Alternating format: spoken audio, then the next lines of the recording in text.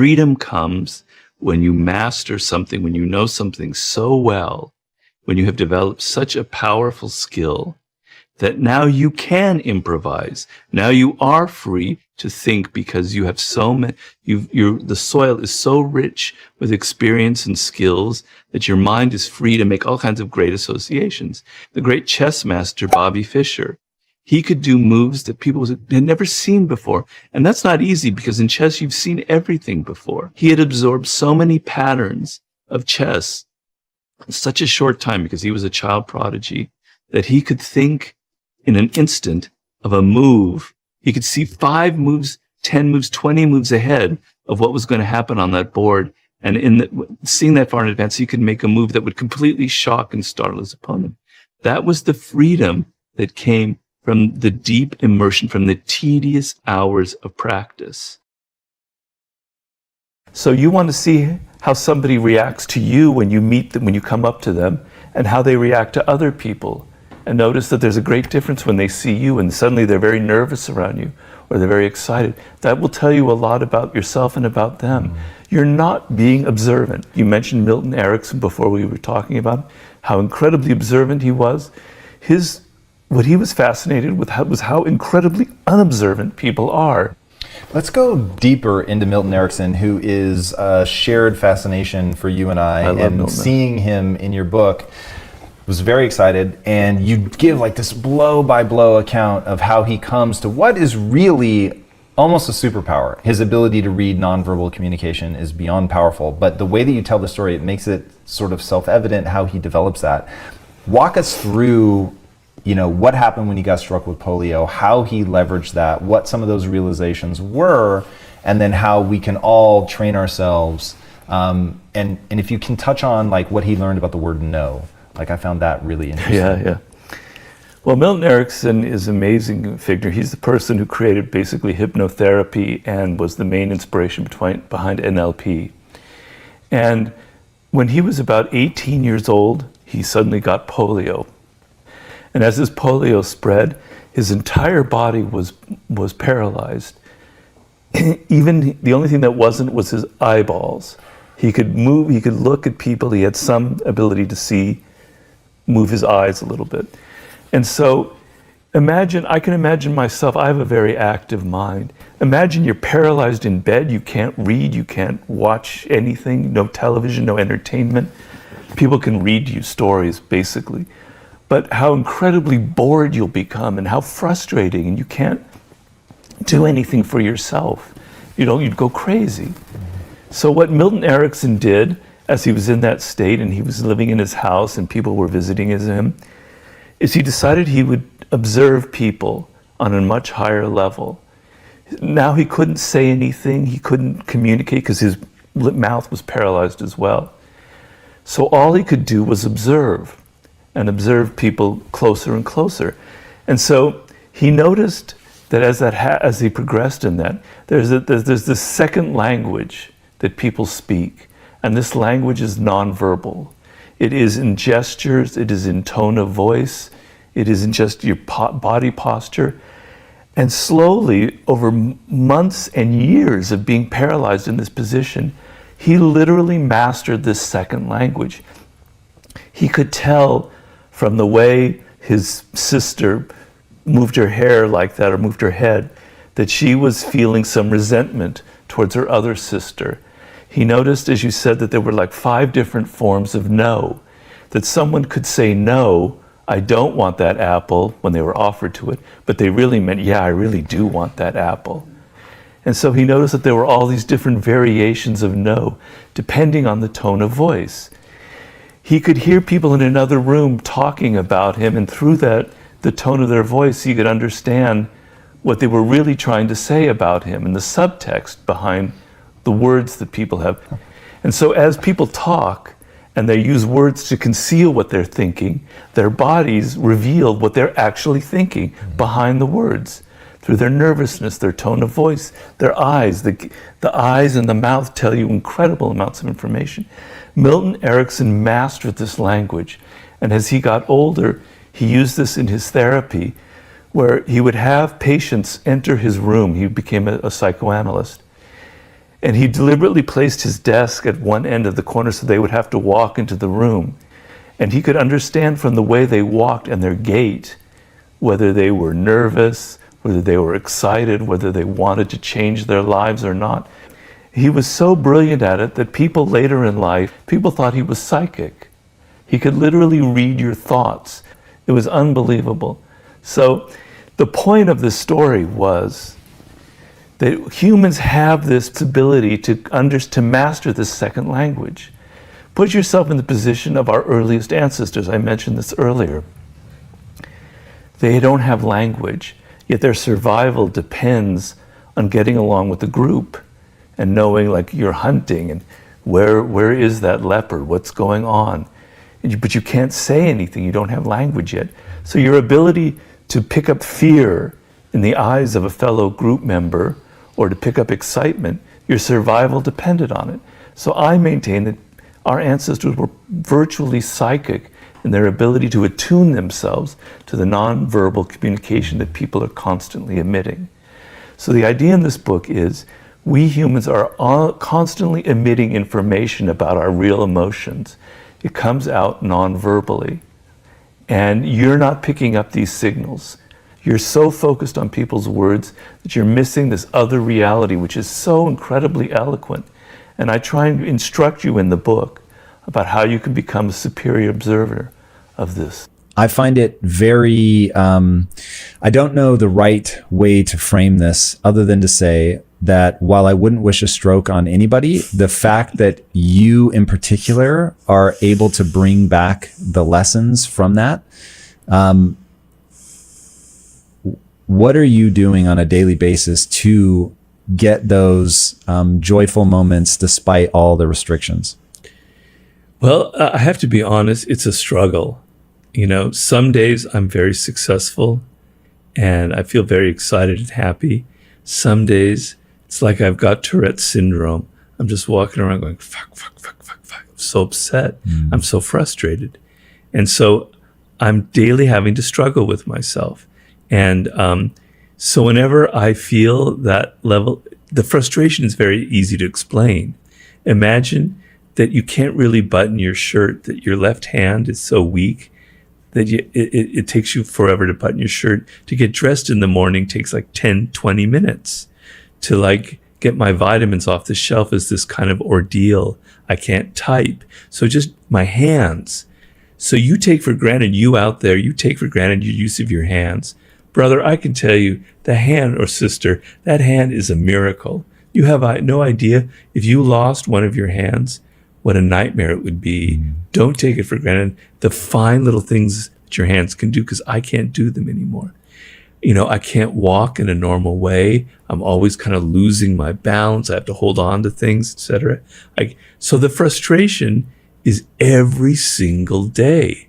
There's a tenseness. Like, am I going to fall? Am I going to drop this? Can I hold on to this? Can I get this done? And it builds up until your body starts getting tense before anything ever happens. So I have to fight that.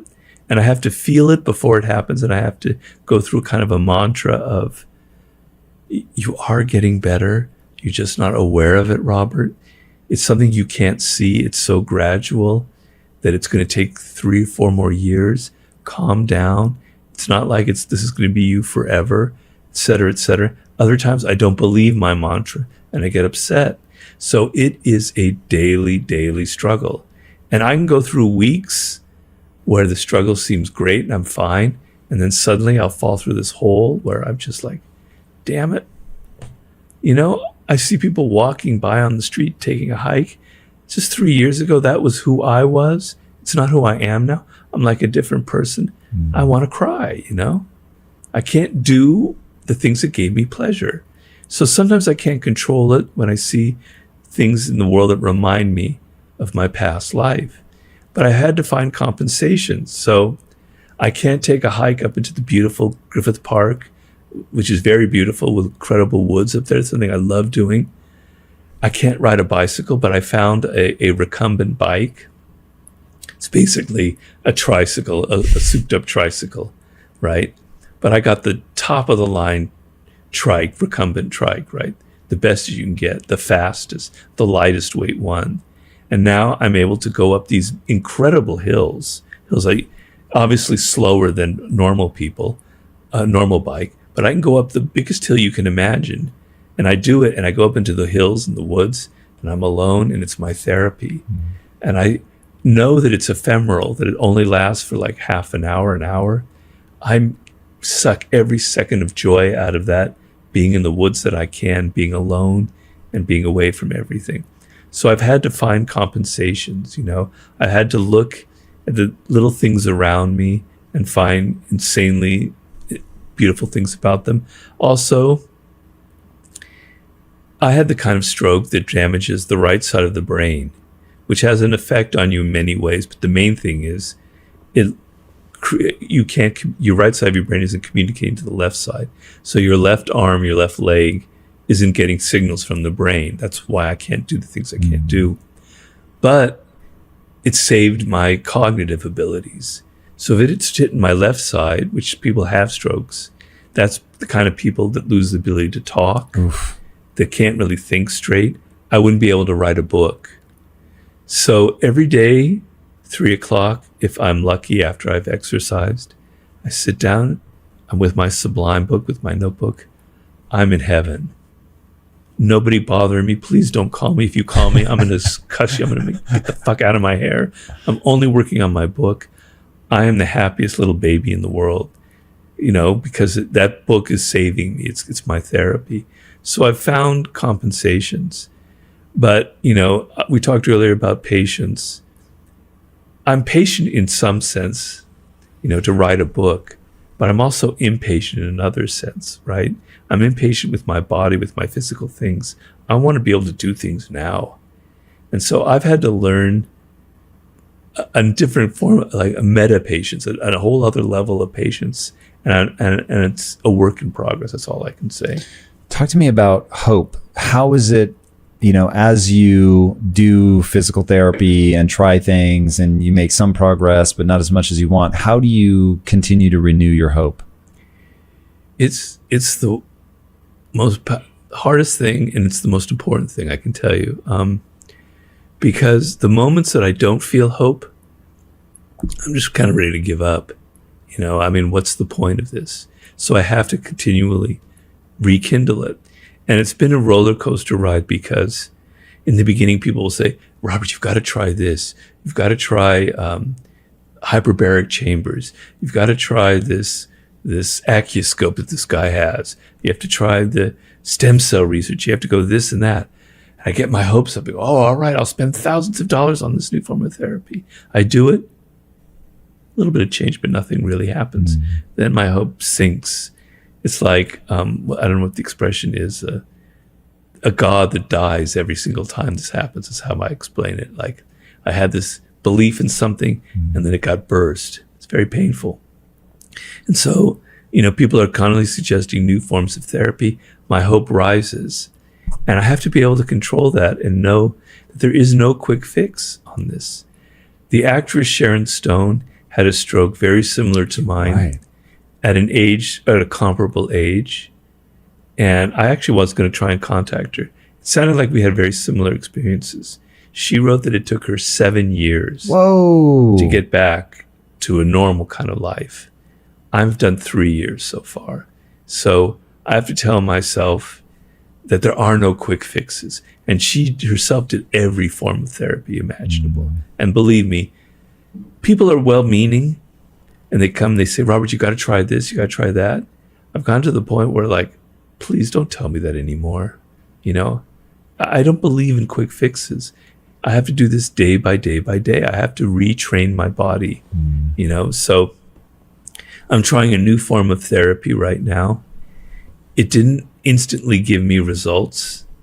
It's something very interesting. It's based on Feldenkrais. Fascinating new way. What is Feldenkrais? It's a whole different way of looking at your body, and I find it fascinating. It's just not hyper designed for a stroke victim, but I think somebody will someday. It's based on this idea that the body is a whole unit, right? So you can't isolate the parts. The body works as a whole. It's in a complete organic whole. So if you have back pain, it doesn't stem from your back. It stems from your pelvis. It stems from your hamstrings. It stems from how you move your legs. It stems from your neck, the whole body. And we have built-in tensions all over our body. We use muscles that we don't need to use, right? So every time you're about to lift something or do something arduous, or even psychologically do something arduous, the chest muscles tense up as if that will help you somehow get over what you're doing. But you don't need the chest muscles. They're not designed for that. You're using muscles that you don't need that are expending energy. If only the muscles that were necessary to do the job were firing, everything would work so much better. So the Feldenkrais, this is called the Anat Banil method. She was a student of Feldenkrais.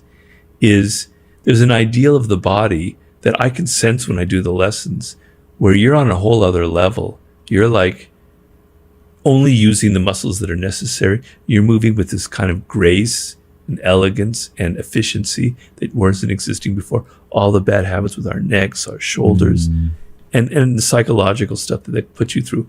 It's very powerful. It's just not geared specifically for a stroke victim. Then I'm doing another form of therapy. Tom, you have no idea how boring this physical therapy is, right? So when I'm used to exercises that's kind of fun, even lifting weights can be fun because you see your muscles building, right? You feel your heart pounding, swimming, running. It's all kind of fun. This is like little micro movements with your knee, with your leg. It's so boring. So I have to like put music on. I have to watch the ball game. I have to do something to distract myself. So, I mean, I'm going through all the weeds here of my process, but so what I find interesting about it is just inevitably all of us are going to go through something or have gone through something, and how we deal with that crisis is so telling. And the fact that we were talking before we started rolling, that typing is hard. And so here you have an author and you've taken away one of the ways by which they get that out. And as somebody who's thought, so I'm a late bloomer, and I have this real sense of wanting to make the most of the time that I have. Late blooming meaning when? How late were you blooming? The skills stack, right? So I feel like I'm getting better, but like when I think about things that I'm 45 now and I'm only just now getting confident in certain abilities. Thank you. What's your secret? Diet, exercise, sleep, meditation. That really, there's nothing magical. I do not come from great genes. I'm very sad to report. So when I think about the things that are just now beginning to click for me, and I'm like, oh my God, like I see even people on my own team that are 10 years, 15 years ahead of where I was. It's very easy to be jealous that, oh my God, you have this insight, so many years before I did, and how much more time will you be able to make use of? But very quickly you realize that's not a fruitful way to approach it. And so this was years ago now, maybe 5 years ago, I did this thing to celebrate, I forget how many subscribers we had on Facebook or YouTube or something. And I went live for 24 hours. So I was on camera for 24 hours without the only breaks I took were to pee. Wow. And then 3 days later, I was in England and I gave a speech, and I didn't have a microphone. And so for 9 hours, I was essentially yelling to this large crowd. And then I woke up and my voice was weird. And it didn't go away. And I felt like I had a lump in my throat. And then like when I would turn my head, I could feel something click. And I was like, ooh. So then of course I'm like, is this cancer? Like, what is this? And you start thinking, what would happen if I lost my voice? As a leader, even just in business, forget being on camera, my ability to persuade, to galvanize a team, to get people excited and focused, I have learned to do it all with my voice. And so I started thinking, what would happen if I lost my voice? And it's like, okay, like I would definitely have to mourn. I would have to go through a period where it's like, I'm just going to feel badly for myself for a while. But then it's like, you make use of what you have. But it really made me take stock of, I had taken my ability to speak for granted for, at the time, whatever, 39, 40 years. And now I don't. And now I'm very thoughtful. And so getting the kind of insights of the struggle that you're having, it's very useful. Yeah, I mean, unfortunately it's inevitable for everyone. You may not go through a stroke, but you're going to deal with some kind of adversity where the physical things that you took for granted are taken away from you. That just happens. It's the nature of life, and it can occur at any age. So these are skills that you have to develop, but the main thing I try and tell people is, I don't know how powerfully I can implant this in your brain, but do not take for granted what you have right now. Because I can tell you I did. I thought I'd be swimming the rest of my life. It was my life. It meant so much to me. Do not take for granted what you have now. When you're doing these activities, feel insane amounts of gratitude that you have a body that can perform these things, because it could be taken away from you tomorrow, right? So that's the number one thing I want to tell people. It's not to get anxious and paranoid and fearful about the future. That's not going to help you at all. You need to have a joyful life, a happy life. So, but look at what you have right now, and look at the marvels, the things you don't realize, as I said, what your hands and legs and brain can do. It's absolutely miraculous and awesome. So just look at it that way. And then if these things happen, we are creatures that are able to accommodate ourselves to things. We can be very good at that, right? We find compensations for it. I mean, the other thing, being 45, I was a later bloomer than you, I think. I mean, I didn't start writing the 48 Laws until I was about 36, 37. You were doing things well before that, if I remember. From a business standpoint, yeah. Your story of late blooming is really extraordinary. Like, it's amazing. Well, yeah, I mean, until I was 36, I was pretty lost. I wasn't like starting a great business like Quest and all these other things. I was a struggling, depressed, penniless screenwriter in Santa Monica in a one-bedroom apartment, in this kind of rundown apartment building, right? And then suddenly my life changed. So I'm as late a bloomer as you can get. But there's a reason why you bloom late, if you bloom at all, which is it comes at the moment that you're ready for it, right? So people who are 32, 33 that you might be envious of, they're not ready to create what you're able to create now with all of your experience and all the things you've learned, with all the businesses you've started, all your entrepreneurial skills, all the people you've interviewed. You have that rich landscape of a brain that we're talking about. That 32-year-old, they may have some more experiences than you had, but they have nowhere near the ability to exploit it like you have now, So yeah, I like to run the brain in a vat experiment. And that, I find it really useful. And every time I explain this to people, I never see the sort of spark in their eye that I want to see. But for me, this has been really liberating, which anytime I find myself thinking, woe is me or whatever, I say, hold on. Imagine for a second that all of this is just the frame of reference that you need. Literally, you came into existence in this moment. You're a brain in a vat somewhere, and all the trauma, sadnesses, failings, all of that is the context, to your point about emotions, is the emotional context that becomes necessary for you to make decisions and move forward. Right. So rather than lament it, just like make sure that you're making decisions that propel you forward. And even though I don't believe that, I think my life was lived and it is exactly what I think it is. And the traumas and all of that are all real and they're just a part of me. But there's something about running that thought experiment that allows me to recontextualize the purpose of, whether it's lamenting being a late bloomer or my big lament, which you talk about in the book, just not being as smart as I want to be. Like when I see people that can really process data quickly, I get so jealous to this day that everybody has their thing. That's my thing. And, but realizing that if you look at it from just a slightly different angle, all of a sudden it's like, all right, I'm good. You process data very quickly.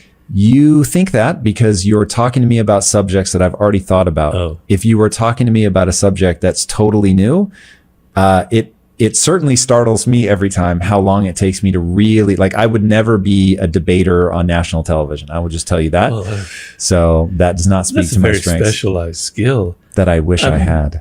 Oh, really? Definitely. Yeah, I mean, I've been at social gatherings where there'll be this one person I know who has these meetings with the smartest people around.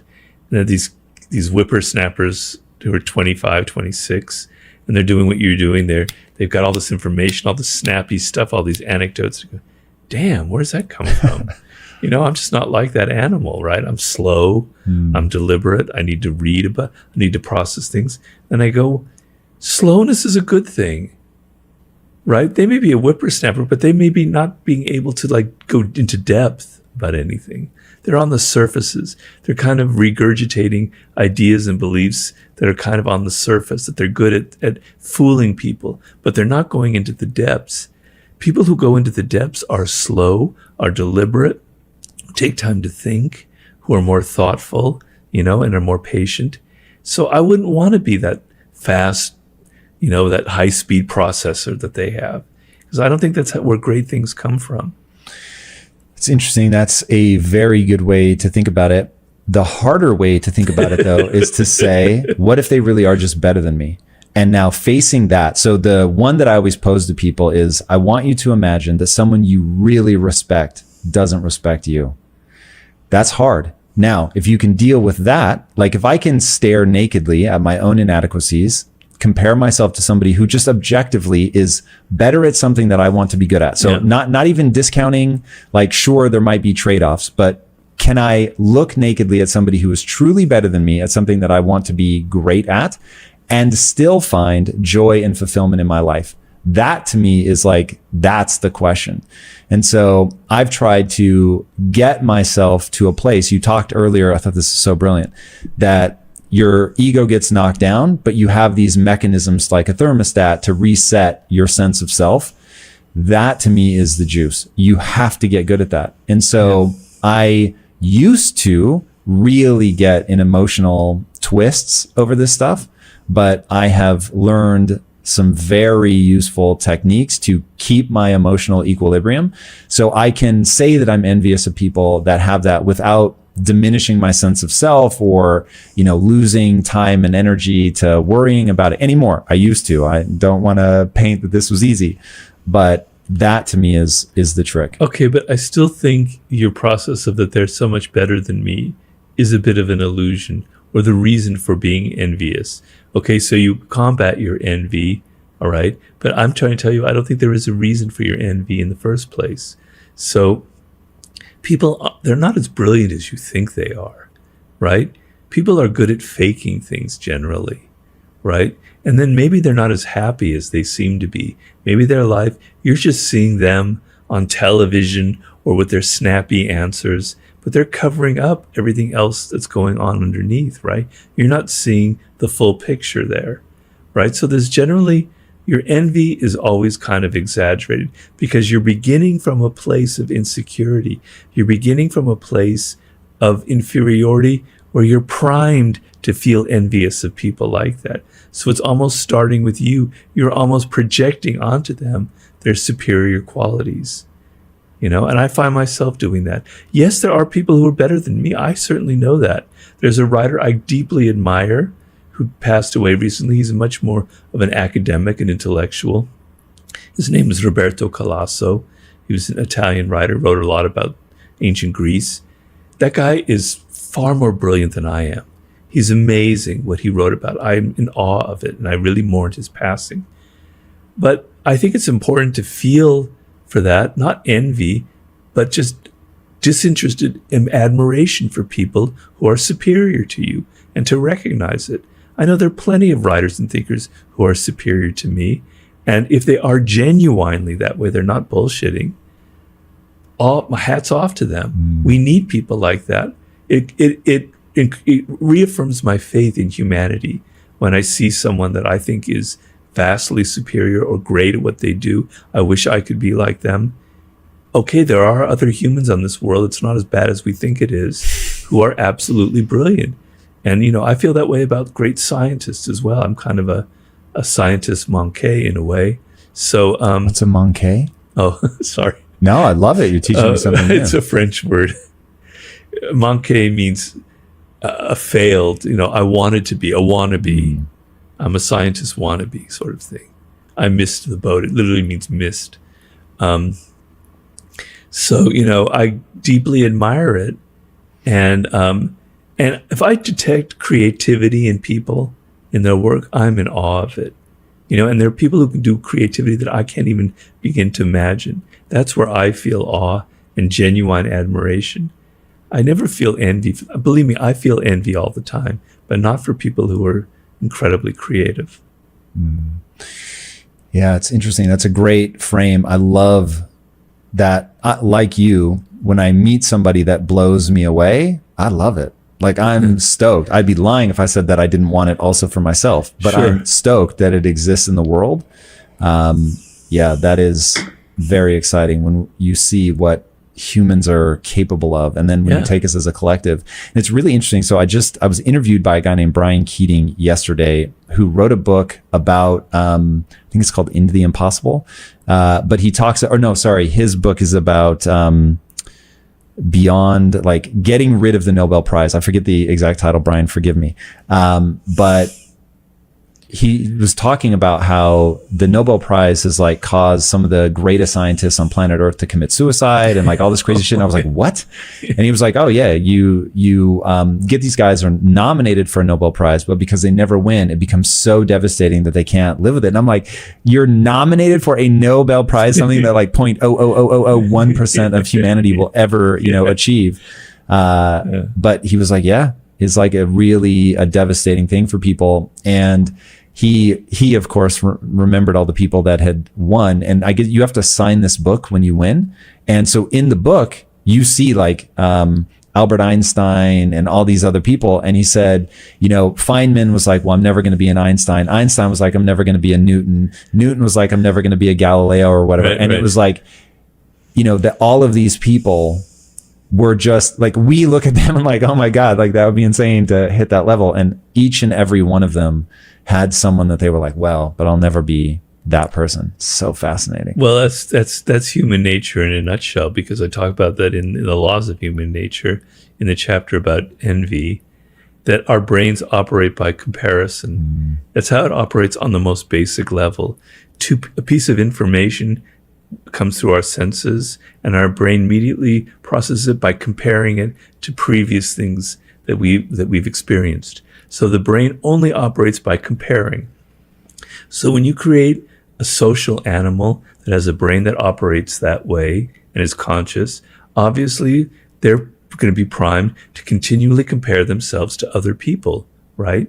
So Albert Einstein was comparing himself to Niels Bohr, to other people who he had insecurities as well. People who were into quantum mechanics and making these great discoveries. He felt that kind of little wound of envy as well, and it's been written about. So yeah, it's impossible to get over. The most powerful person in the world is going to feel that envy. And in fact, the higher up you go, the more insecure you might tend to become, and you wonder, do I still have it? I'm getting older. A lot of scientists reach their prime when they're 30, 35. Now they're 45 and they're 50, and that Nobel Prize slipped through their hands, even though they're absolutely brilliant. So they're going to be feeling envy. Envy is deeply, deeply human, and nobody wants to talk about it. It's the most common human emotion, and it's the least common topic that we ever discuss. Except in your books, where you go into it beautifully, which I love. And that's part of the fun of your books, is it's all the things that nobody wants to talk about, and talked about well and articulately with stories and evidence. I mean, it's really fascinating. And for anybody that wants to, do what we were talking about earlier and develop that self-awareness, just hearing about it talked about so clearly is very helpful. Oh, well, thank you. Very helpful. Dude, I love your work. It has been a joy to have you on the show as many times as I have. I cannot wait for the next one. Yeah, this is my fourth time? 3 or 4, yeah. One, and hopefully there will be two, 5, this is the 6. That's incredible. All right, my friend, I have a big announcement. My incredible and talented wife, Lisa, is about to launch her new book, Radical Confidence. In it, she has managed to perfectly capture the process of how to go from feeling lost and insecure to taking control of your life and doing amazing things despite feeling fear, sometimes a lot of fear. Now, let me tell you, nobody knows Lisa better than me, but when I read Radical Confidence for the first time and heard her describe what it was like for her to go from having these big, exciting dreams as a kid to then as an adult scheduling her life around the TV shows that she wanted to watch, or how lonely and isolated she felt instead of pursuing her dreams, it was brutal for me. I would never say, though, that it was worth it for her to go through all of that just so that she could write something down that allows others to avoid it, but I will say that at least she was able to capture the strategies that she used to break out of that rut, find her voice, and begin doing incredible things despite her insecurities and fears that she wasn't going to be good enough to achieve great things. So while it hurts me to know the dark place that Lisa went through, I really am excited for people who are going through something similar right now to read this book. Radical Confidence is an instruction manual for how to become the hero of your own life, even when you're scared to death. Look, I know better than just about anybody how easy it is to get off track in life or to just not have yet found your calling. And it's even easier for people to feel so insecure and unprepared that they don't even want to pursue the things that they want. But what Lisa shows people in Radical Confidence is that the radical part is that you can accomplish extraordinary things even when you feel fear. That's what Radical Confidence is. Being afraid and unsure and having a toolkit that allows you to still make massive progress. Pre-order your copy today, because if you act now, you can claim the bonuses that Lisa has created for you at radicalconfidence.com. They're only available if you pre-order, so act now. Then, once you've done that, we'll get back to today's episode. All right, guys, read the book and get ready to be the hero of your own life. Peace out. When I think about for something to be, for you to say that it's better to, to really self-analyze, it makes me think you have a goal. What is your goal maybe for your life? That might be the right place to start. Like, what to you is a life well lived in the context of you judging, doing the self-reflection and understanding how the way the world works becomes this exceedingly fun thing for you? Well, I mean, you're asking really good questions, and I'm glad you're pressing me on that. I like that. But it comes down to what you want for yourself, right? So are you somebody that's interested in actually having power in this world? Are you someone that's interested in being successful in your venture, in real? Define power for me. Most people think it's a dirty word. You've sort of made your life around that. If you think power is a dirty word, you've got a problem. And usually the people who think power is a dirty word are the people who are the most manipulative and passive-aggressive animals on this planet. Because that's interesting. We humans naturally want power. We want a degree of control over our lives. So imagine the scenario where you can't control anything about your children. They just run wild. You can't influence them. You can't control any of the behavior of your spouse that's irritating the fuck out of you. You can't control your colleagues who are plotting all these things. You have and your boss is making you crazy. You have no control. That's a recipe for incredible, not only misery, but depression, for turning into all kinds of health problems, for turning to drugs and alcohol, for going off the deep end by the time you're 40, right? So you want power in your life. Power is, I have goals, I have a fate, I have a destiny in life. I want by the time I'm 40 to reach them. The ability to reach that, to have control over yourself and to a degree of your emotions, not repressing them, but some control, right? Will help you realize those goals. That is power. Power isn't like some politician up there, weaving all these Machiavellian things to hurt and destroy people. That's the cliche. You've been watching House of Cards for too long. I know nobody watches that anymore, but whatever the new show is. So that's not power. Power is the ability to guide yourself through a very dangerous world, very competitive world where we're almost all having to kind of work for ourselves, where we don't get much help or cooperation from the world. We're thrown out of the university if we go to college, and here we're in this world where there are no rule books telling us how to navigate it. It's very complicated and very difficult, and you make mistakes that you can suffer for. And power is knowledge. is ideas, is understanding how to navigate a very dangerous world. Okay, so you want that, to get back on track to what I was saying. So you want that, right? You want to be, this is something that I talk about in Mastery, the idea of wasting your potential, of never realizing your goals, of never being able to create that business you wanted to create, or make that film that you think is in you, or start the business that you're starting, Tom. You know, that's what you want in life. And if you don't want that, there's nothing I can say that'll help you, right? I'm starting with the assumption that you want that, and I think most people do want that.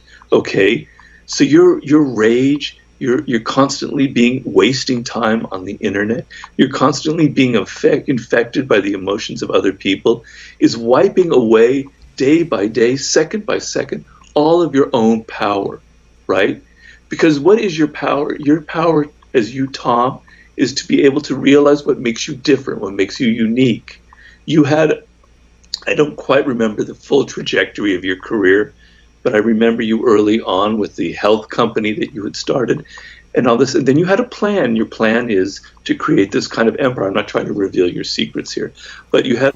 I'll reveal away. Okay. You have this idea of creating a new kind of empire, sort of a new Disney, right? And that comes from something within. I'm assuming that there's something of the child in you that wants that you've wanted that for a while, that it represents something that's unique about you. It's not something that comes from social media or the people around you. That could play a small role, but it's mostly something from within you. It's you, okay?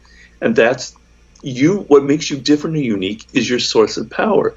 And the days you spend getting angry about things that have nothing to do with your day-to-day life, they're corroding that uniqueness of you, and they're making you a conforming Pavlovian dog that's just like everybody else out there in the world. If you look at the people who are truly successful and powerful, see them as kind of models or icons to reach. Okay? And it's not to say that we all have to be incredibly successful to feel fulfilled. I'm not saying that. I know people who are really great carpenters who are great at that, and that's really fulfilling. And I know people who just want to be parents, and that's their life's task, and it's tremendously fulfilling. But the people who are really successful, even at those things, we can say that they're unique, that they're one of a kind, that there's nobody else like them, and that is the source of your power, right? So you want that. If you don't want that, I can't help you. But if you do want that, the time you're wasting getting enraged and being manipulated and feeling all these things and just getting into that lizard part of you is time you're wasting, and your life is a lot shorter than you think it is. Whew, ending on a big one there. Before we get to mortality, death, all that, which I think is incredibly powerful, I want to talk about the idea of Carl Jung and the shadow side. So no, I don't think there's anybody writing today that speaks as eloquently as you do about the shadow, about the sort of dark energy that we all have inside of us that can be extraordinarily powerful. And I know you well enough to know your beliefs around this are nuanced, but listening to you as you were talking there, it's like, don't get sucked into rage. You're going to be wasting your life. Life is shorter than you think. That is true. But there's also an element of capture that rage, my friend, leverage that rage, point it at something that makes sense. And this is where it gets incredibly complicated, because if you have a goal and there's something that you want to go after, letting something piss you off can actually be quite powerful. And I talk to my students in Impact Theory University about this idea of having an animus, having something that literally animates you, that you can't live in a world where that thing is true, and holding on to your anger enough to turn it into something usable. So you're not just flailing around, reacting, freaking out, but it's like, hey, this is not okay. I'm going to fan the flames of that. I'm not going to let them burn me to death, but I'm going to fan the flames of that, get angry, and go do something about it. So how do you think about that? As you point out very aptly that the anger can cause you to waste your life, but also it's a tool. How do you help people reconcile that idea? Well, these are all great. Another great question. Well, I'm thinking back on myself and the anger that propelled me to where I am today, which was largely my experiences in Hollywood. And just to tell that story very briefly, I worked in Hollywood from like the very late 80s into the mid 90s. And I saw a lot of very, very manipulative people, and a lot of hypocrisy, where it was supposedly all about creating great art or making a film, but really it was about power. It was about using people and getting what you wanted out of it, and getting more power than the other person and getting recognition. And that was the true subtext of what everybody motivated most people in Hollywood. And man, that pissed me off. The hypocrisy of that pissed me off. Okay, now, is that something that comes from, is that just sort of a superficial reaction to me feeling like, because I wasn't successful, was I just simply hurt? Was it more like envy because I wasn't very successful myself in Hollywood, to be honest?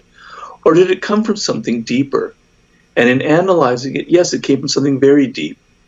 Since I was a child, I've always been very, very sensitive to people's hypocrisy, to people pretending to be something that they're not. And I think a lot of children are like that. They have antennae for that. Right? And it really angered me. And then you could ask yourself, well, why? Why does that anger you? Because I feel like, it's like people pretending to be something that they're not, And you just have an inherent value that's a bad thing? It's not just an inherent value. It's just that we're all flawed creatures. And I must have been aware since I was a child that I am a flawed individual. Robert, I have dark emotions. I can be kind of bitter and aggressive and ambitious and hurtful, right? I knew from very early on of my own flaws. And it really irritated me that people pretended to be something else, that they weren't true to themselves. And I could see that in children who were pretending to be the little princess or the prince in their family, like they were perfect, that they were really good. And then I would see the other side when we, for mommy and daddy, they were all perfect. But then when we played, I could see the little nasty little rascal come out, right? I hated that. Okay, we could dig deeper and deeper. Well, why did I hate that? But I think it came from something very real something about me. So my anger at Hollywood wasn't really, I don't deny that there was an element of I didn't get success, so I feel kind of envious, because we all feel that. But I don't think that was the full picture. There was something very real about it. And because I've been feeling it throughout when I was a kid, it was feeling it throughout my 20s. It was the subject of all of the short stories, novels, and plays and screenplays I was trying to write. So it came from a very deep, real place. So when it came time to write my first book, The 48 Laws of Power, beginning in 1996, I had to draw on that anger, And if it had been something that wasn't really me, if it was something that was just a gimmick, I don't think it would have worked. So if your emotions don't come from something that's very profound about who you are, about that dark side, isn't something that you are, but it's like a gimmick, you're just pretending to be angry, and there are a lot of people who do that, or you're pretending to have some other kind of emotion. We humans, we can smell that. We can sniff out phoniness fairly well. But I felt it very deeply, and I disguised it in the 48 Laws. I channeled it into a book where you never really knew that it was from Hollywood. I never talked about myself, but you could feel the subtext of some kind of little bit of anger there at people's hypocrisy, right? So I took an emotion that was part of who I am, right? And I used it in very constructive, channeled, productive way, which is what I say about the dark side. So, to get back to the theory behind it, when you were a child, you were what I call you were like a round ball. A ball that had a front side and a dark side that's not visible, like the dark side of the moon, right? The front side was you're saintly, you're sweet, you're nice and loving to your parents, you treat your sister and your brother so well, you get along with all your friends. But the dark side was, wow, man, I really hate that kid. I'm going to pull her hair. I'm going to mess his homework. I'm going to do this. All the things that kids naturally do because we have an animal nature. We have aggressive impulses. This includes boys and girls. I'm not certain girls can be just as as part of this as boys are. Okay, and then as you get older, that you like cut that ball in half, and you only present that only. It's not only that you just present the good side; it's that you kind of forget about that other half, and it drops away from you, and you just pretend to be this good person because you're socially motivated to make people think that you're a nice, pleasant, socially aware person. And then that all that dark energy gets repressed and repressed and repressed, but nothing ever goes away. That's the law of human psychology. Things you felt when you were 3 or 4 or 5, they don't go away. They just sit in you. And they either sit in you and stew and then explode when you're 30 into some irrational behavior, or you're aware of it. You're aware that I feel this way. You're aware that I feel envy. You're aware that you feel aggression and anger. You're aware that you sometimes actually want to hurt people, okay? You're aware that you're a full human being and you're not a fucking hypocrite like so many people are out there. I have a dark side. It's part of who I am, all right? But don't you try to keep that in check? I mean, it's not like, what's your prescription on that? Is it like, what does it mean to integrate the shadow? It means, we keep coming back to this, as I said, I'm so boring here because I keep repeating the same idea. It means you're aware of it, right? But being aware that I'm angry or that I have bitterness or whatever, like, isn't it really because what I'm trying to figure out is you and I react very differently to the sort of bullshit of Hollywood's a great example because now as you have exited, I am now trying to enter. And because I am so hyper aware of how people talk about Hollywood, I came in and said, look, I'm just going to make my reputation I'm always going to tell you where I'm at. So when I see somebody being fake, full of shit, whatever, because I'm attuned enough to see it, for the most part, I'm sure people pull some things over on me. But for the most part, I feel like I can sniff it out, like you were saying before. But I have like almost a sadness that that's the only tool that they've learned to leverage. And so I don't get the sort of anger towards people that are manipulative or whatever. Go ahead. That's fine, but what's your point?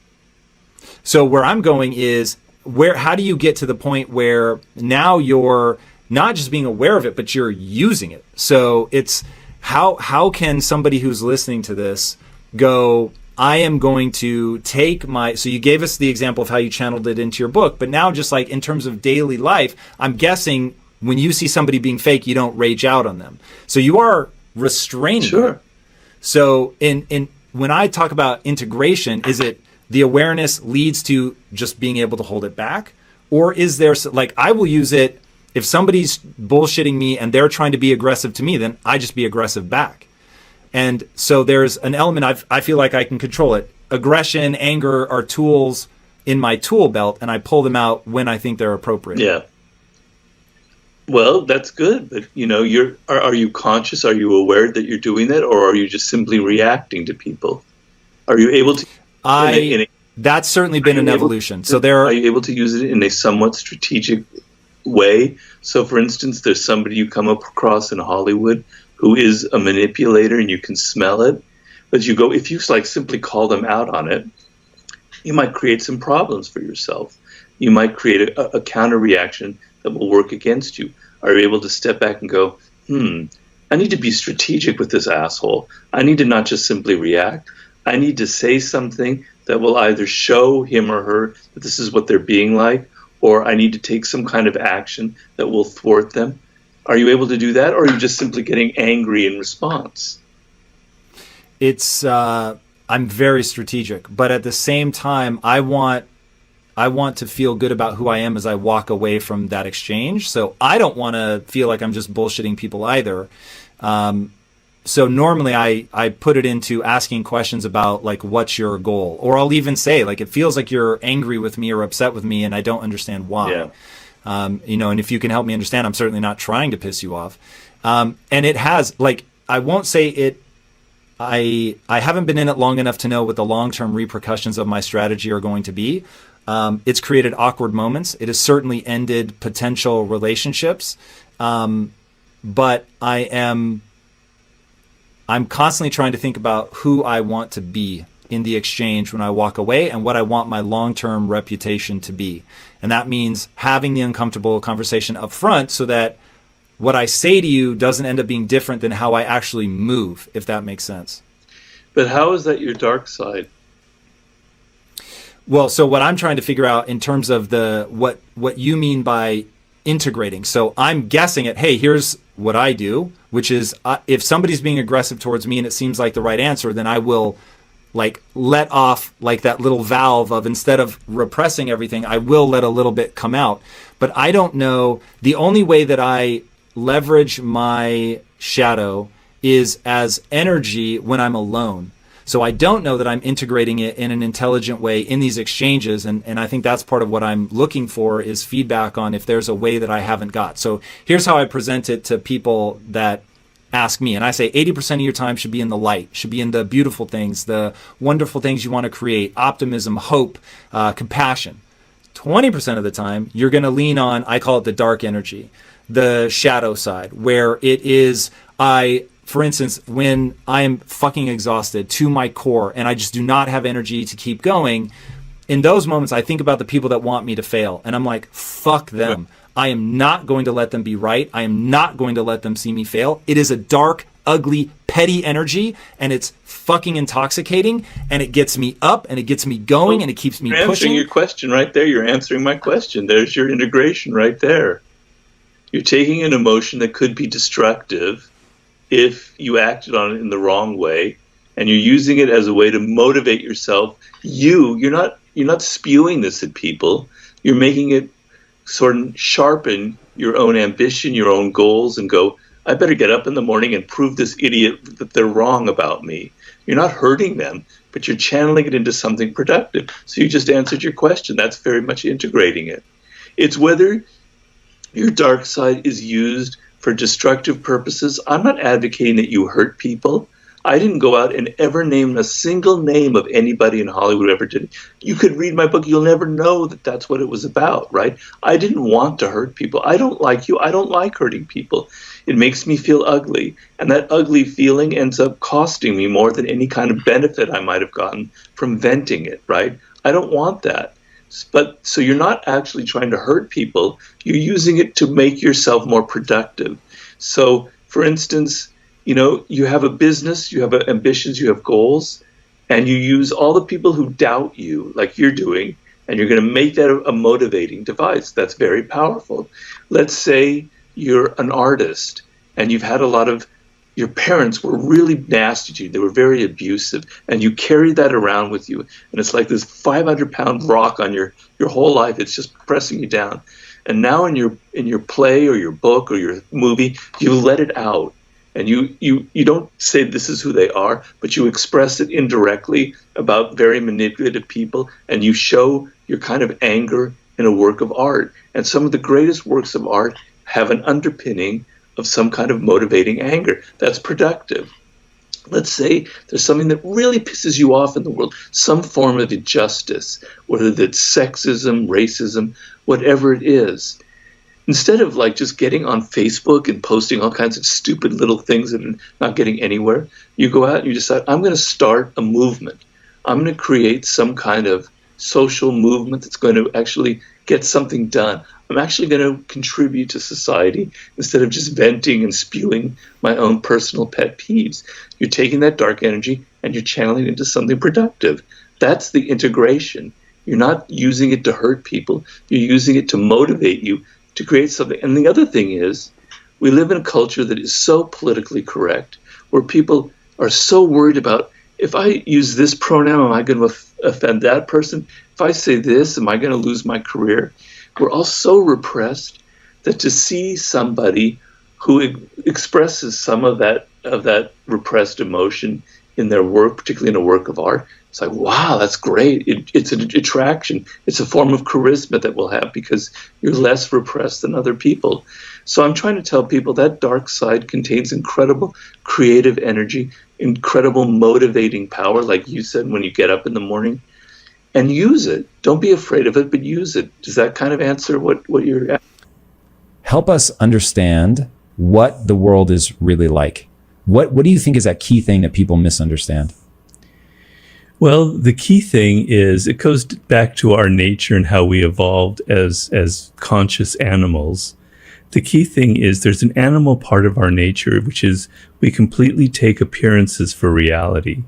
That's sort of the source of our problems and our misery, to be honest with it, in life. So the front that people present, the way they look, the way they talk to us, their words, we sort of take at face value. And although we might think, or we might know from reading a book or whatever, that you can't always trust appearances, it's kind of a cliche. We can't control ourselves. So it makes us extremely vulnerable to charming people, to charlatans, to con artists, to politicians who say one thing, who do another, to relationships, terrible relationships where we fall in love with exactly the wrong person, to the worst kind of hires. You know, I do a lot of consulting work. I've been doing it for over 20 years now. The number one problem I deal with is I hired the worst person in the world and they're making my life hell, right? And why did you hire the wrong person? Because you judge them on their charming smiles, their appearance, their smooth talk, their resume, which you can conceal a lot with your resume. You didn't look behind the facade and look at what's underneath the character. So this is kind of ingrained in our nature. It goes back thousands and thousands of years. It's extremely difficult to overcome, right? And I have the problem too. I deal with it all the time. And I have to go through a process where I step back and I say, I don't want to be paranoid, but this person is so nice and pleasant. Is there something else going on behind the curtain that's there? You know, and then sometimes I tell myself, no, I have ways of judging that there's a consistency between the face and the reality, but oftentimes there is not, and I've become very good at that kind of bullshit detection, which I've been doing my whole life. How do you get good at that? Well, you know, some things are hard to put into words, which is why I struggle so much with my books, because a lot of human communication, I estimated 95%, it's just a number, is nonverbal, right? So we don't pay much attention to that because we're so word-oriented, right? We're so embedded in language that we think everything in terms of what people say. But unconsciously, without even realizing it, we're continually judging people on their nonverbal behavior, right? So their eyes, their smile are different from what they actually say, but we're not really. So in a kind of a natural, intuitive way, we understand that, but we don't trust those kind of judgments, right?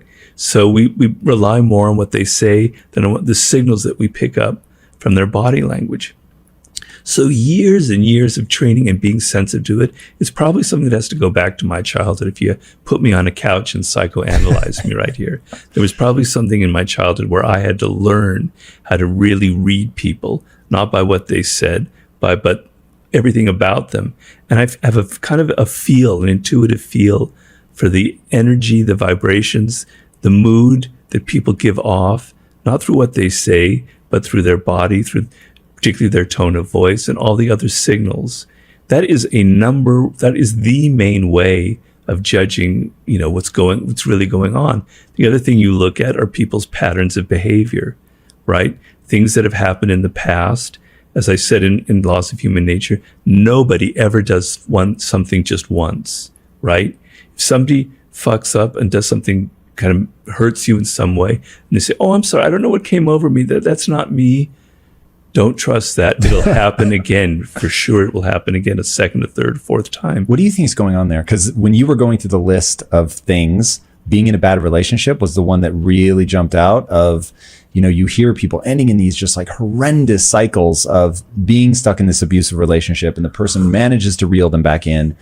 What is going on the side of the person who convinces themselves to go back into that relationship? Is there the need to be loved? Is there a wound or something that they're trying to deal with? And how do you advise people that are stuck in a loop like that? Well, it's probably from some kind of primal wound, right? So there's a perverse part of human nature, which is oftentimes in early childhood, something happened to us, often something that didn't happen to us, like the love we didn't get or the nurturing that we didn't get. There's this kind of wound, this emptiness, this lack, right? And we grow up and we're not really aware of it, and kind of things grow over this wound. But what also happens, which is the perverse side of human nature, is that early on, our kind of sexual excitement is sort of kind of grows up around that wound. Why? That is so weird, and yet seems so self-evidently true. Yeah. But why?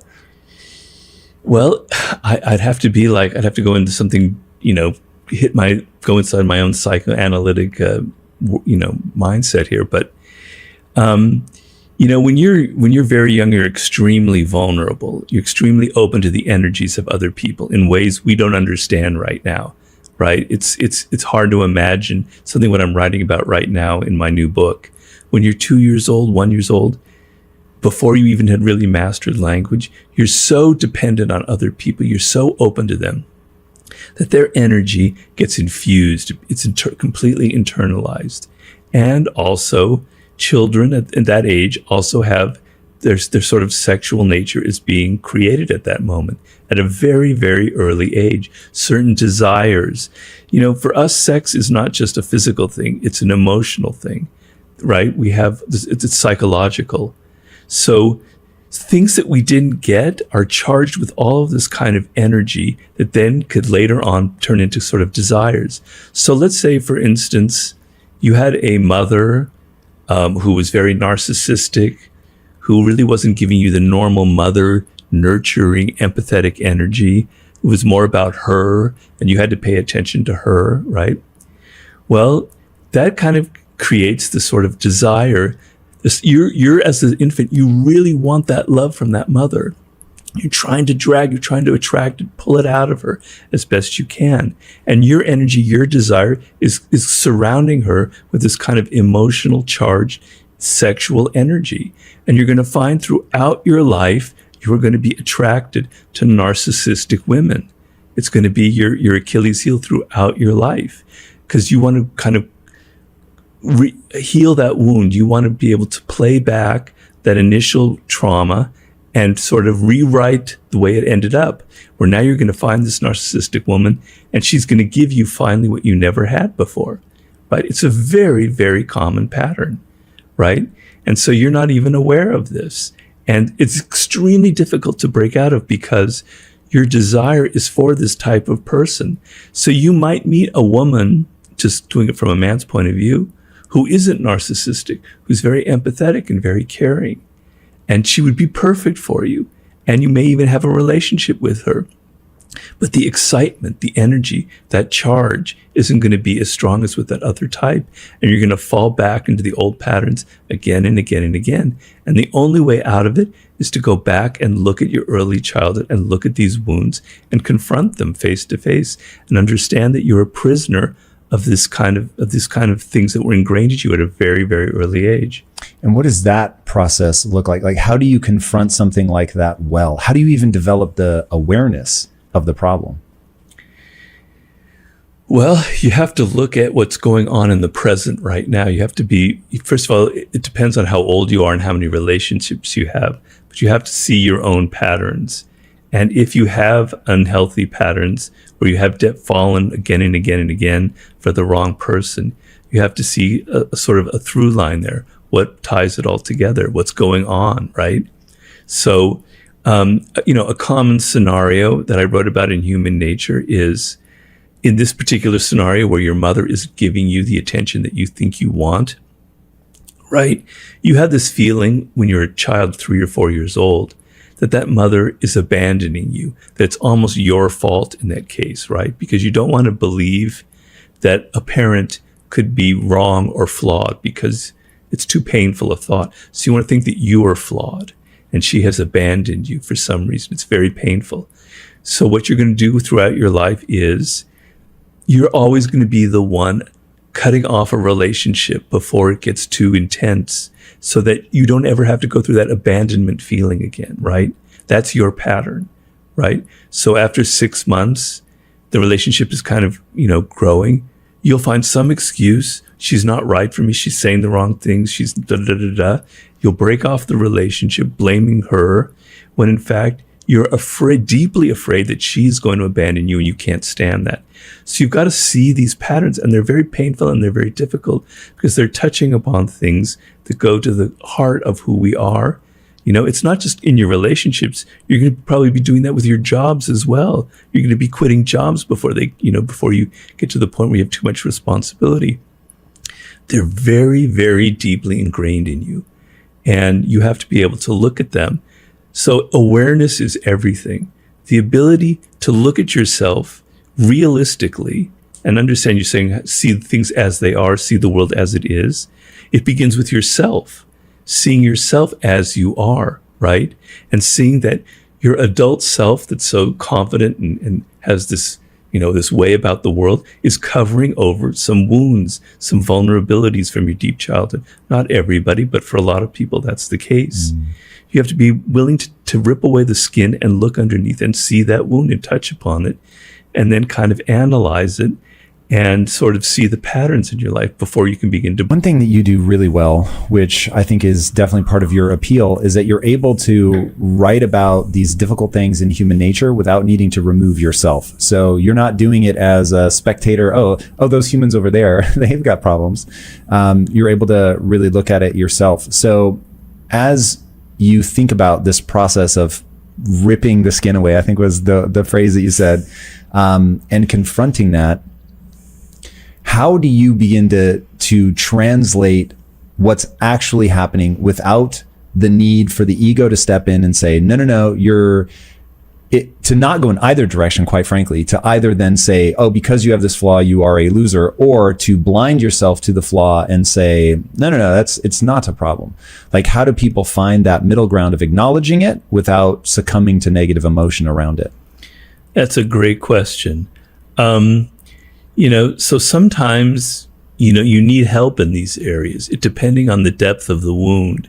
So sometimes you need a third person's eyes on it. You can't necessarily analyze it yourself, which is why you might want to go into therapy, or you might want a spouse or significant other or someone you love and trust who can tell you these things, because sometimes it's very hard for you to have any kind of distance from them, But the ability to detach yourself from your own emotions is extremely important in life. It doesn't mean that you become a cold, rational person at all. I don't believe in that at all. Emotions are extremely important for us. It's what makes us creative. It's what feeds our imagination, gives us drive. But the ability that you can gain over your life in this instant and in every other instant to have a degree of a detachment, it's only a matter of degree, where you can stand back and you feel something very powerfully. You feel attracted to something or a person. You feel excited or repulsed, and to not react and to step back and analyze and go, why am I feeling this right now? Is it because of what somebody is saying right now, or does it go deeper to that? Is it related to some other issue? That is a skill that is not easy, but you can develop it day by day by day, taking little steps.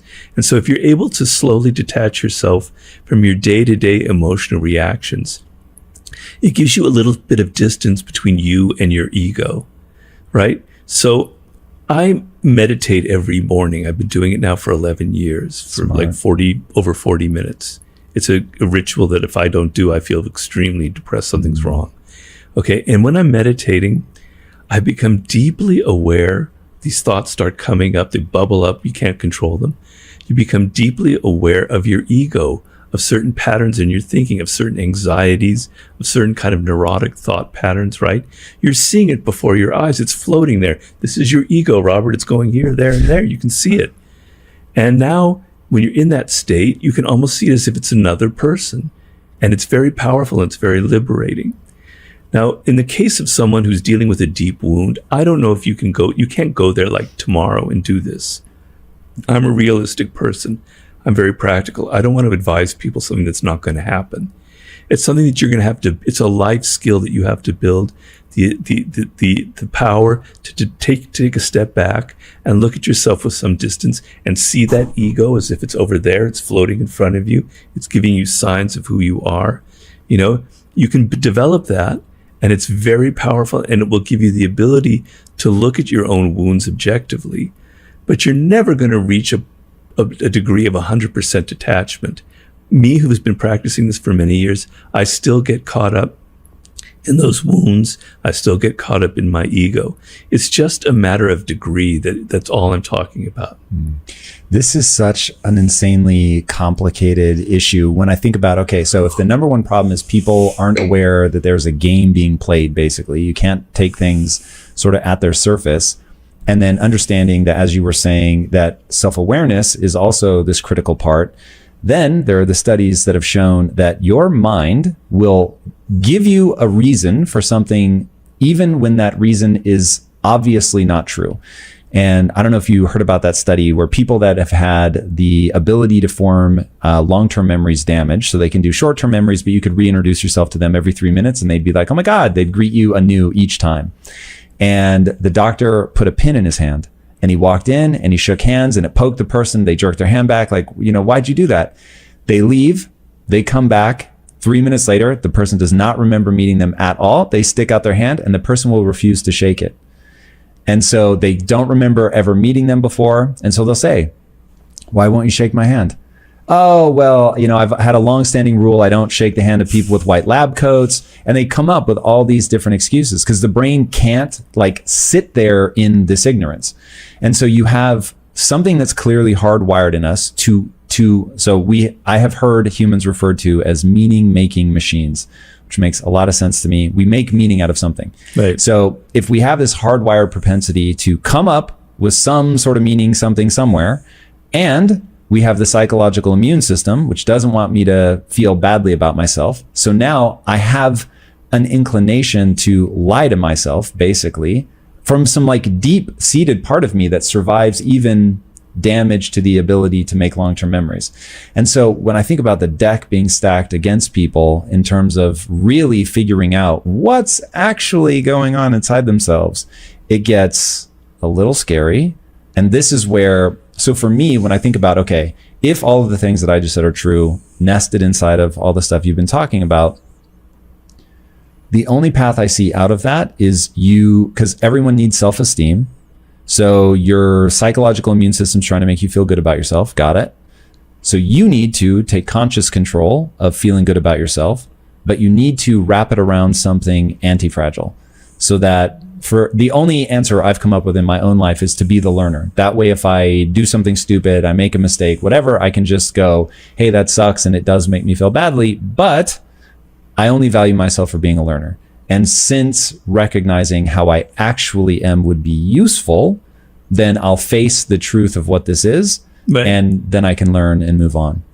Well, you touch on an extremely important, critical thing here, the element that I'm trying to hit at, which is your level of desire for change.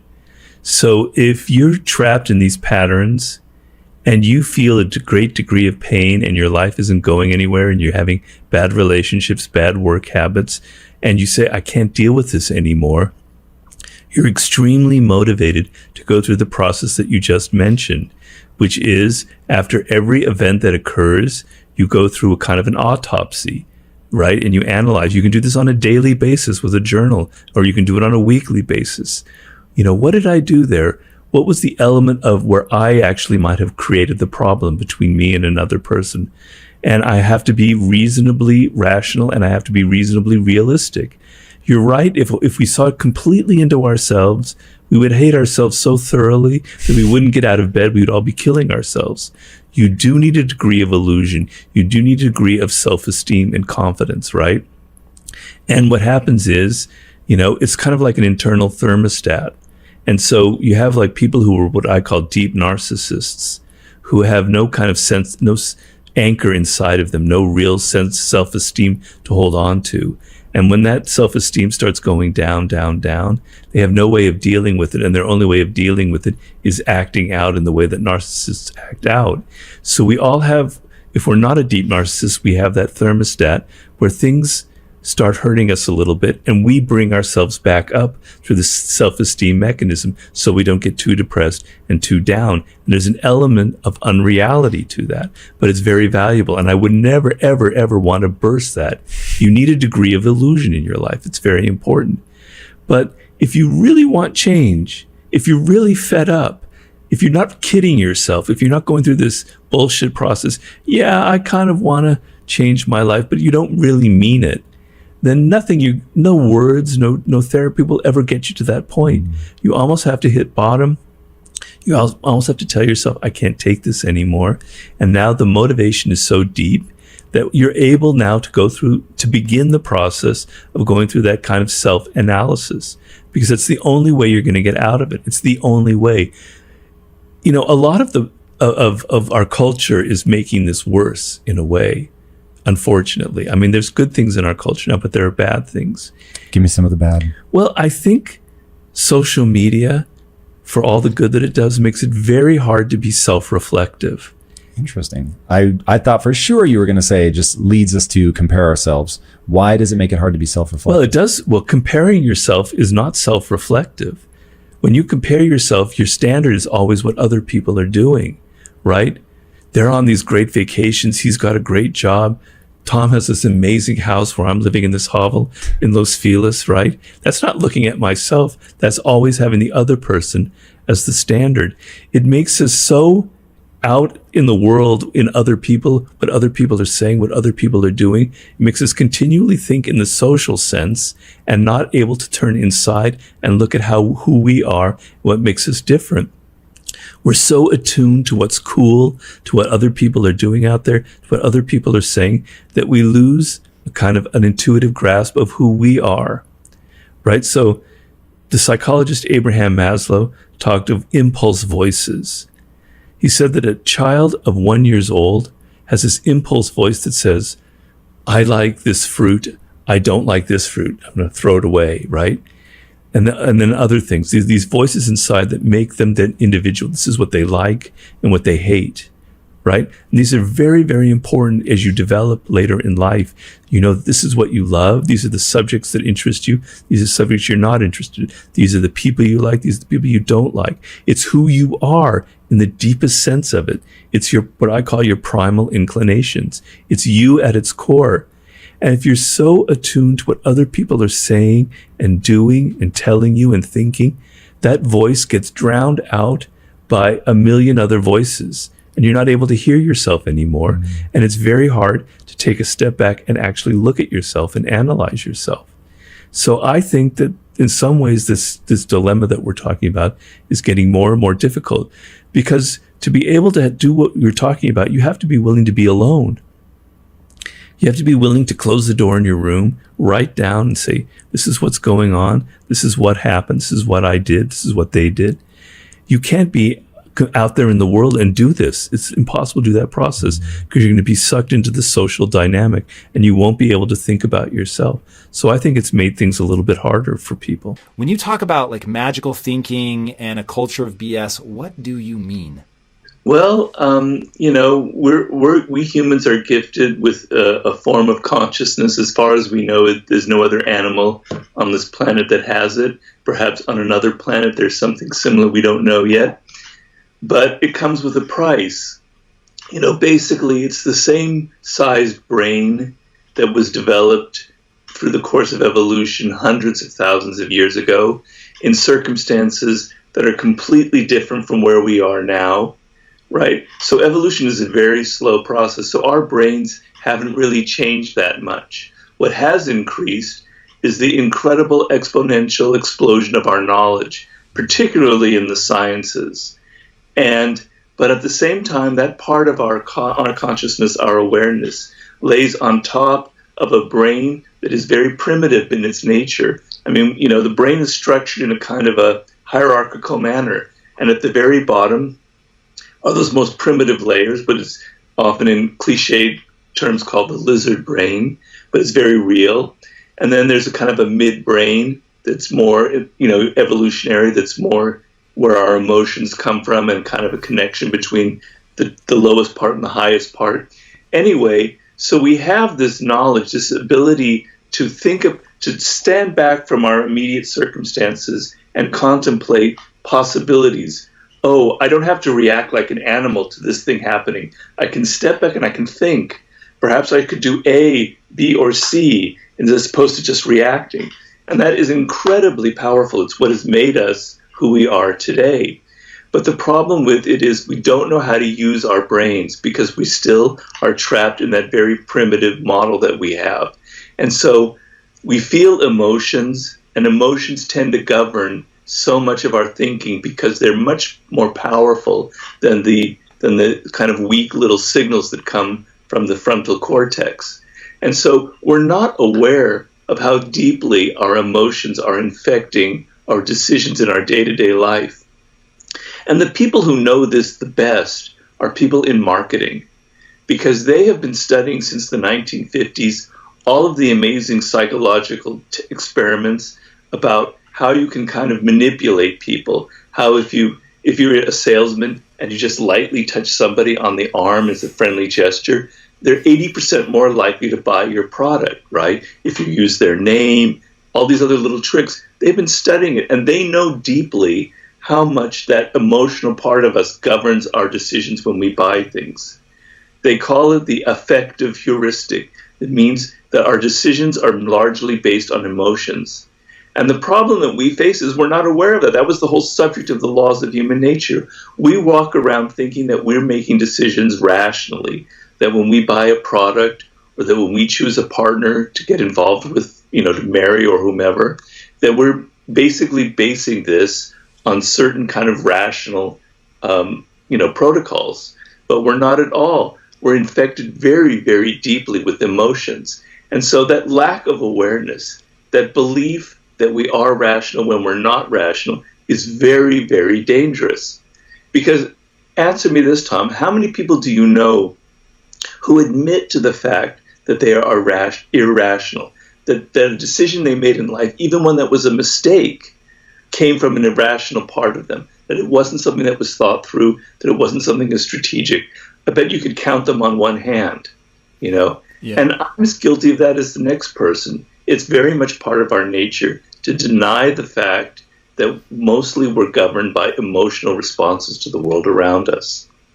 Yeah, one of the things that I find the most interesting in psychology are the studies of people that have, one brain defect or another. I think it was V.S. Ramachandran that did the study on, I forget what the damage was to the guy's brain, but he had no short-term memory. So a doctor would come into the room and they did this test, and the doctor put a pin in his hand, and he shook hands with the guy and it jabbed him. And, the guy jerks back. It's like, what the hell? Doctor leaves, comes back 3 minutes later, goes to shake the guy's hand, and the guy won't shake his hand. Now remember, he has no short-term memory. So the doctor says, oh, why won't you shake my hand? And the guy's like, well, I'm really uncomfortable with people in white coats. And obviously he's doing it because some part of his brain retained the fact that when he shook hands with this guy that it caused pain. And right. the conscious mind, though, is pasting over some rationalization to explain away this weird behavior.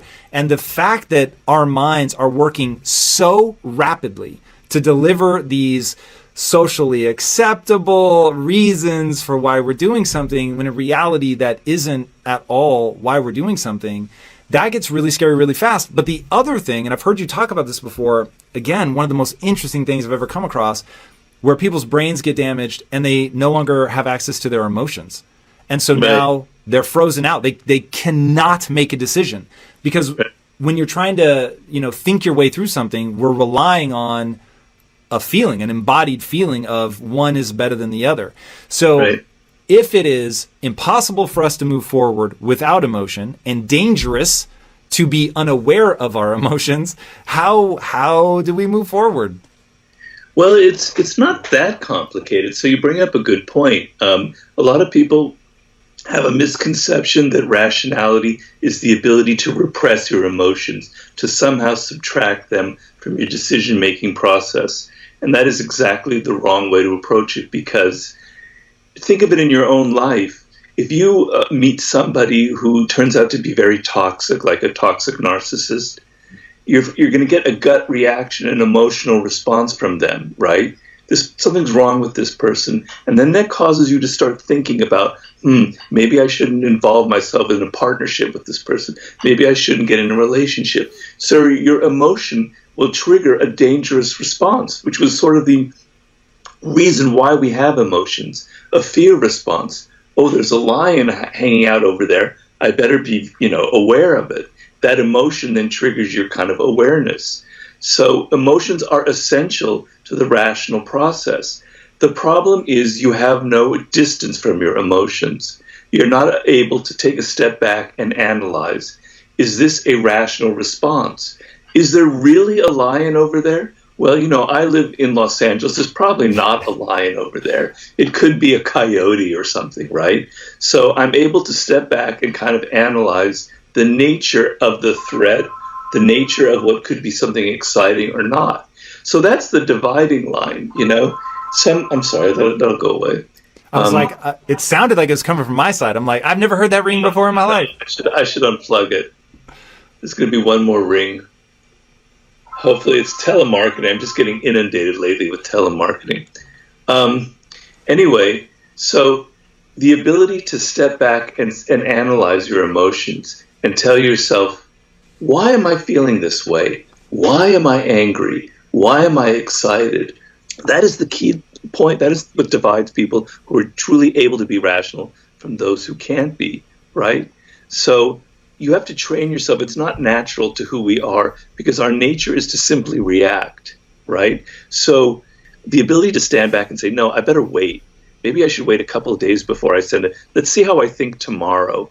And then tomorrow shows you that it was irrational, that your emotion wasn't really proportional to the event. So if your emotional reaction is proportional to the threat or to the opportunity, then there's a reason for it. But so often, particularly in this hyper social media environment where it's kind of like we're all feeling constant rage and anger, a lot of times it's not related to anything real or is out of proportion to the actual problem or threat. So you don't try and repress your emotions. You can't write a book. You can't start a business. You can't make a decision about what you want to do without the richness of emotions. The brain is an organic thing. Everything works together. So people who have had that damage where they can't feel the emotion, that the emotions are blocked, and there are brain damage that causes that, it's been shown that they can't make rational decisions because they can't decide, they can't feel what is good or what is bad, what is an opportunity, what is dangerous. So you want your emotions, you need them. You're not trying to repress them. Repressing emotions will lead to other problems. What you want is just that tiny little bit of distance, that ability